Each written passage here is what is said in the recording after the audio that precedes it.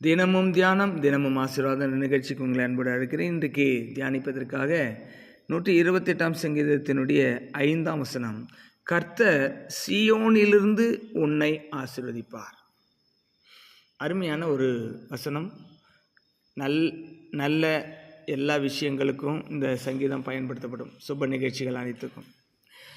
இதில் என்ன ஆண்டவர் சொல்கிறாருன்னா, சீயோனிலிருந்து நான் உன்னை ஆசீர்வதிப்பேன், எந்த இடைத்தரகரும் இல்லாதபடி, இடையில யாரும் ஜப முகவர்கள் இல்லாதபடி நேரடியாக நான் உன்னை ஆசீர்வதிப்பேன்றார் கர்த்தர்.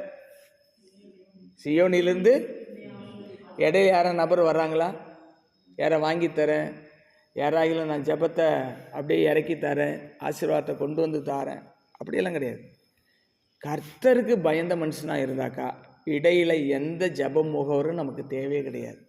நம்ம ஜெபிப்போம், கர்த்தர் கொடுப்பார், அவ்வளோதான். அப்போ நிறைய இன்னைக்கு ஜப முகவர்களை நம்பி, ஜப வீரர்களை நம்பி ஆயிரக்கணக்கான லட்சக்கணக்கான மக்கள் மண்டிட்டு காத்திருக்கிறார்கள். அந்த அவல நிலையெல்லாம் கிறிஸ்தவத்தை விட்டு அகல வேண்டும். என்ன நமக்கு கர்த்தர் நேரடியாக சொல்லுகிற விஷயம் என்னன்னா, கர்த்தருக்கு பயந்து அவர் வழியில் நடக்கிற மனுஷன் ஆசீர்வதிக்கப்படுவான். கர்த்தர் எப்படி ஆசீர்வதிப்பார்? சீயோனிலிருந்து உன்னை ஆசீர்வதிப்பார். வேலை முடிஞ்சது, அவ்வளோதான்.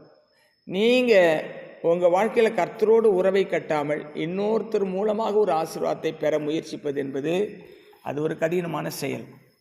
ஆனால் நீங்கள் மனம் திரும்பி கர்த்தருக்கும் உங்களுக்குள்ள உறவு சரியாக இருந்தால் கர்த்தர் சீயோனிலிருந்து உங்களை ஆசீர்வதிப்பார்.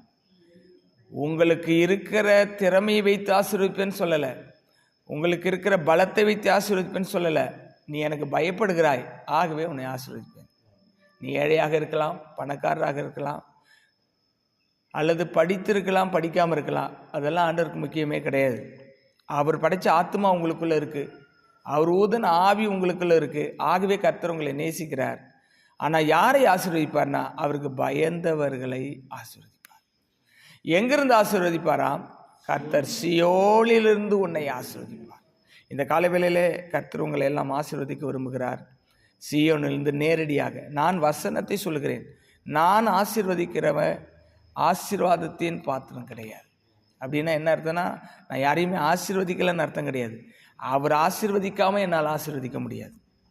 அவர் கொடுக்காமல் வசனத்தை நான் கொடுக்க முடியாது.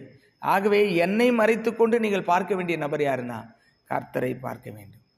கர்த்தரை பார்த்து, ஆண்டவரே நான் உமக்கு பயந்து நடக்கும் வழிகளை எனக்கு போதித்தரலாம்.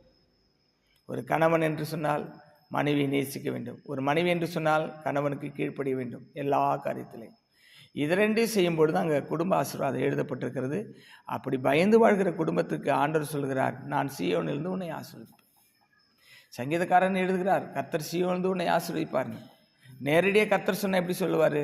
நான் சீயோனிலிருந்து உன்னை ஆசீர்வதிப்பேன், நான் சீயோனிலிருந்து உன்னை ஆசீர்வதிப்பேன் சொல்லுவார். இன்னைக்கு காலைவேளை என்னையும் உங்களையும் பார்த்து கர்த்தர் சொல்கிறார், நான் சீயோனிலிருந்து உன்னை ஆசீர்வதிப்பேன். கண்களை மூடி ஜெபிப்போம். எங்கள் அன்பு நிறைந்த தகப்பனே, இந்த நல்ல நாளுக்காக நன்றி சொல்கிறோம். இந்த காலை வேளை திங்கட்கிழமை முழு உலகத்திற்கும் நாங்கள் ஜெபித்திருக்கிறோம். இந்த பிள்ளைகள் எல்லாம் வந்து ஆர்வமாக இந்த காலை வேளை ஜெபித்திருக்கிறார்கள். திரளாய் இந்த 5 மணிக்கு வந்து அனைவரும் ஜெபிக்கும்படியான கிருபையை ஒருவருக்கு தரும்படியாக ஜெபிக்கிறோம். கர்த்தாவே, நீர் என்னையும் சபையும் எங்களுடைய எல்லா குழந்தைகளையும் சீயோனிலிருந்து ஆசீர்வதித்ததுக்காக நன்றி. இயேசுவின் நாமத்தை போட்டு ஜெபிக்கிற நல்ல பிதாவே.